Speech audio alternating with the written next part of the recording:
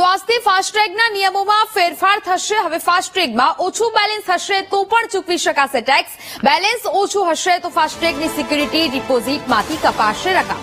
Recharge કરતાની સાથે security ડિપોઝિટમાંથી કપાયેલી રકમ પાછી મળી જશે। બ્લેકલિસ્ટેડ ફાસ્ટ્રેગ વપરાશકર્તાઓ તાત્કાલિક રિચાર્જ કરી નહીં શકે। બ્લેકલિસ્ટેડ ફાસ્ટ્રેગને રીડિંગના 60 મિનિટ પહેલા કે 10 મિનિટ પછી રિચાર્જ કરવાનું રહેશે। તો 10 મિનિટ પછી થયેલા રિચાર્જમાંથી બમણો ટેક્સ છે તે કપાશે। કોઈપણ કારણોસર બ્લેકલિસ્ટ થતા ફાસ્ટ્રેગને સુધારવા 70 મિનિટનો સમય મળશે। બ્લેકલિસ્ટ થયાના 70 મિનિટમાં રિચાર્જ થશે તો ફાસ્ટ્રેગ સ્ટેટસ પણ સુધારી શકાશે।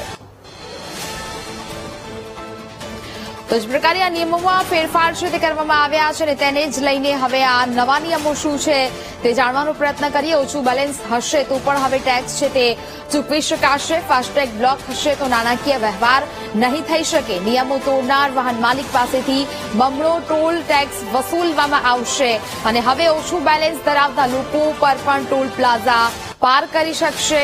ઓછા બેલેન્સના સંજોગોમાં ફાસ્ટ્રેગના સિક્યુરિટી ડિપોઝિટમાંથી રકમ છે તે ચૂકવવાની રહેશે। બ્લેકલિસ્ટેડ ફાસ્ટ્રેગ વપરાશકર્તાઓએ પહેલેથી રિચાર્જ કરવું પડશે। ટોલ પ્લાઝા પર પહોંચ્યા પછી રિચાર્જ કરવાથી ચૂકવણી નહીં થઈ શકે। તાત્કાલિક રિચાર્જના સંજોગોમાં બમણો ટોલ ટેક્સ છે તે વસૂલવામાં આવશે। બ્લેકલિસ્ટેડ ફાસ્ટ્રેગ વપરાશકર્તાઓએ રીડિંગના 60 મિનિટ પહેલા અથવા તો 10 મિનિટ પહેલા રિચાર્જ કરાવવું પડશે।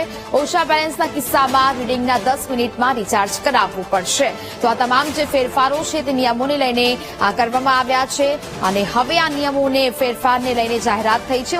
ઓછું બેલેન્સ હવે ધરાવતા હશે ફાસ્ટ્રેગમાં તો પણ તેઓ ટેક્સ છે તે ભરી શકશે। એટલે કે હવે ફાસ્ટ્રેગ યુઝર્સ માટે આ મહત્વપૂર્ણ સમાચાર બન્યા છે અને આજથી જ આ નવા નિયમો છે તે લાગુ થઈ જવાના છે।